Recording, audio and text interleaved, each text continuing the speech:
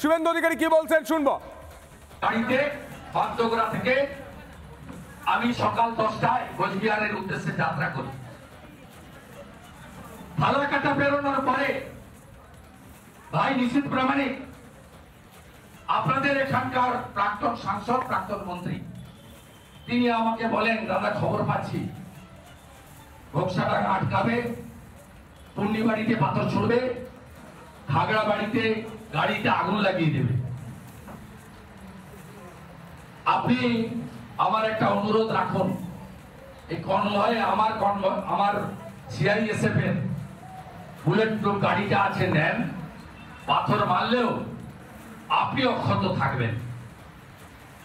প্রথমটা উড়িয়ে দিলেও, আবারও বলি, মদন মোহনজির অশেষ কৃপা, শ্রাবণ মাস, বাবা মহাদেবের আশীর্বাদ, ভালো কাজে এসেছি, অন্যায়ের প্রতিবাদ করতে এসেছি। মমতাকে হারিয়েছি, তাই ওদের এত রাগ। আমি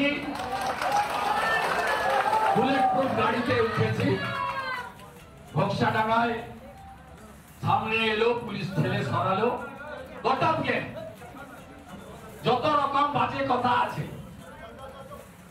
87 বছরের বৃদ্ধ প্রবীণ রাজনীতিবিদ আমার পিতৃদেব, 78 বছরের আমার অসুস্থ মাতৃদেবী, তাদের নাম ধরে, তাদের কথা উল্লেখ করে, এবং অধিকাংশ যা কার্টুন দেখলাম, 90% রোহিঙ্গা এবং বাংলাদেশি মুসলমান, যাদেরকে আমরা ভারতবর্ষ থেকে তাড়াতে চাই, ভোটার তালিকা থেকে তাড়াতে চাই।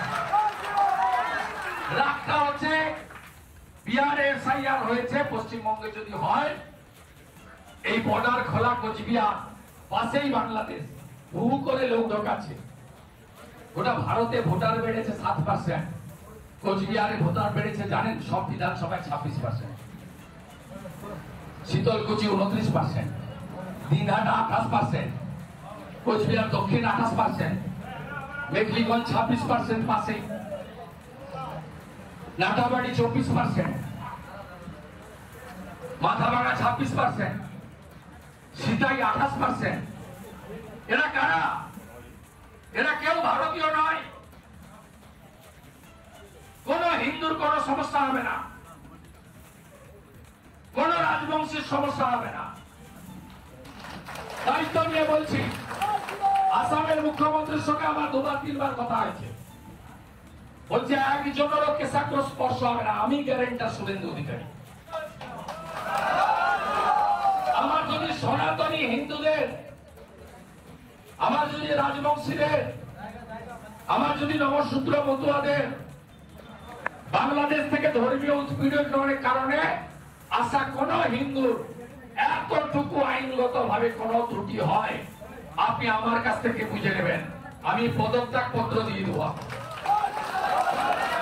কিন্তু এটাও কান খুলে শুনে রাখুন, একটাও বাংলাদেশি মুসলমান আর রোহিঙ্গা প্রথমে ভোটার তালিকায় থাকবে না, তারপরে বিজেপি এসে বুলডোজারের মাথায় তুলে কাঁটা তারের উপরে ফেলবো।